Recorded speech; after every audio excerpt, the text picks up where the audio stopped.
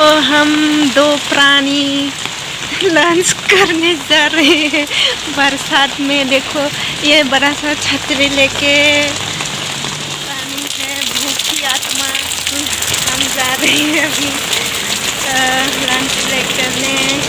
बहुत बारिश हो रही है, अब ठंडी भी लग रही है। आपको लग रही है क्या?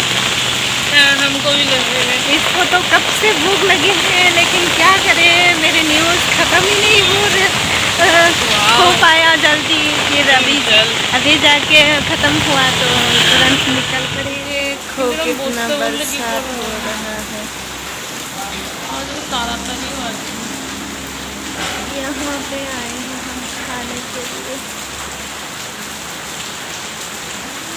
गया है गर्मा गर्म रोटी सब्जी।